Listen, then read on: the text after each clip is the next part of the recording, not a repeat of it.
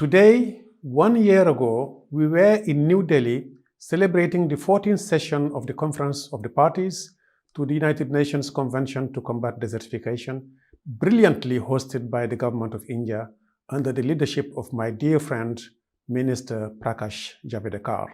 9,000 people participated to the summit, including heads of states, ministers, heads of United Nations agencies and intergovernmental bodies, youth, local governments, business leaders, and representatives from non-governmental organizations.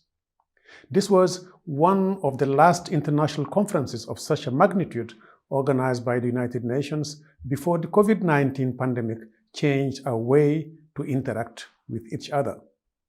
The present pandemic has forced us to reassess our relationship with nature. How we treat nature contributes to pandemics.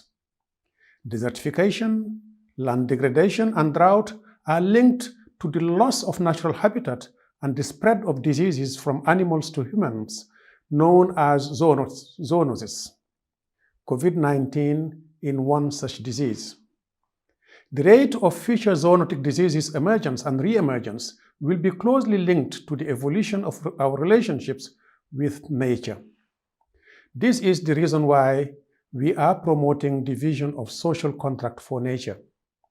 Social contract for nature demands new global and national governance models based on rights, rewards, and responsibilities, explicitly recognizing the fact that the future of humanity, economic growth, and nature are completely dependent on one another. In his opening remarks at the landmark UNCCD COP14, His Excellency Prime Minister Modi demonstrated his leadership in the area by sharing his plan to restore 26 million hectares of degraded land by 2030. Such program will not only improve livelihoods of millions of poor people, but it will be one of the most concrete contributions to the post-COVID recovery in rural areas.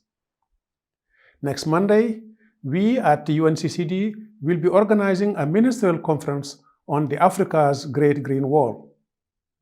The Great Green Wall is an African-led initiative designed to transform the lives of millions of people by restoring 100 million hectares of land. It's an epic 8,000-kilometer-long mosaic of trees, grasslands, vegetation, and plants, the continent to restore degraded lands and help the region's inhabitants produce adequate food, create jobs, and promote peace. The Great Green Wall is a symbol of hope in the face of desertification, one of the foremost challenges of our times that has impeded livelihoods in the Sahel and turned the region into one of the poorest in the world. It is already bringing life back to Africa's degraded landscapes at an unprecedented scale, providing food security, jobs, and reasons to stay for millions who leave its path. Once complete, the wall will be the largest living structure on the planet, 3 times the size of the Great Barrier Reef. A year ago, the Isha Foundation embarked on another massive project, the so-called Kovri Calling, with the aim of restoring 83,000 square kilometers in the Kovri Basin in southern India. The project was launched during the UNCCD COP14. We were delighted to hear all about it from Sadhguru's first hand at the convention. This project, aimed at supporting farmers to plant close to 2.5 billion trees through agroforestry projects in their private farmlands over the next 12 years. Isha Foundation has designed this project in the Kovri River Basin to help recover degraded land while at the same time sequester millions of tons of CO2 equivalent. Kovri Calling could also be a large-scale project that helps improve the living conditions of the most vulnerable populations while rehabilitating the land that sustains all of us. In India, experts estimate that 30% of the land is under threat of desertification and land degradation. Yet, the country needs to feed a population close to 1.4 billion people today. Massive deforestation has brought us a severe convergence of problems, including land degradation and desertification. To address this, one of the most powerful solutions could be a large-scale land rehabilitation.